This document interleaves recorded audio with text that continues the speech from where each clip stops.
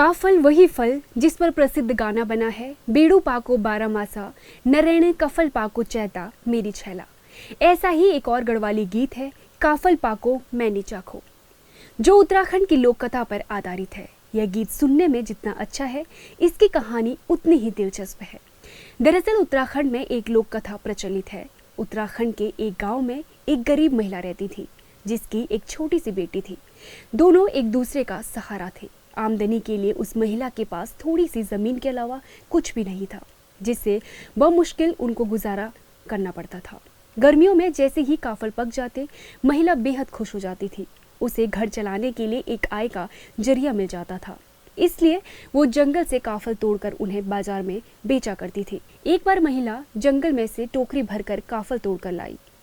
उस वक्त सुबह का समय था और उसे जानवरों के लिए चारा लेने जाना था, इसलिए उसने इसके बाद शाम को काफल बाजार में बेचने का मन बनाया और अपनी मासूम सी बेटी को बुलाकर कहा, मैं जंगल से चारा काट कर आ रही हूँ, तब तक तू इन काफलों की पहरेदारी करना। मैं जंगल से आकर तुझे भी काफल खाने को दूंगी, पर तब तक इन्हें खाना मत। माँ की बात सुनकर मासूम बच्ची उन काफलों की पहरेदारी करती रही।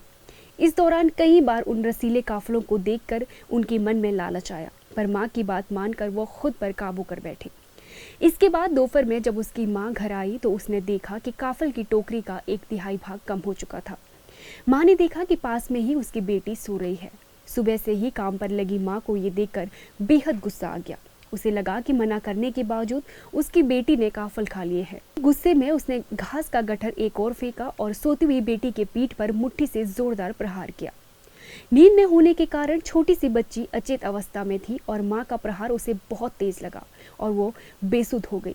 बेटी की हालत बिगड़ते देख माँ ने उसे खूब हिलाया, लेकिन तब तक उसकी मौत हो चुकी थी।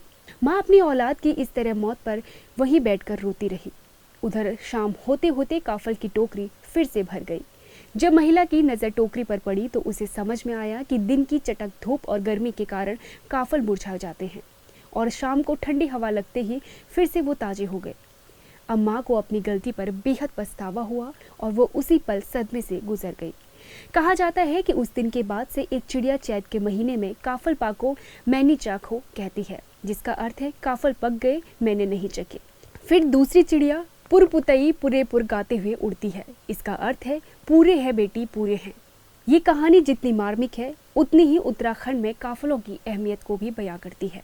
अगर आप हमें फेसबुक पर देख रहे हैं तो हमारे फेसबुक पेज को लाइक करें, यूट्यूब पर देख रहे हैं तो हमारे चैनल को ज़रूर सब्सक्राइब करें और बेल आइकन दबाना ना भूलें।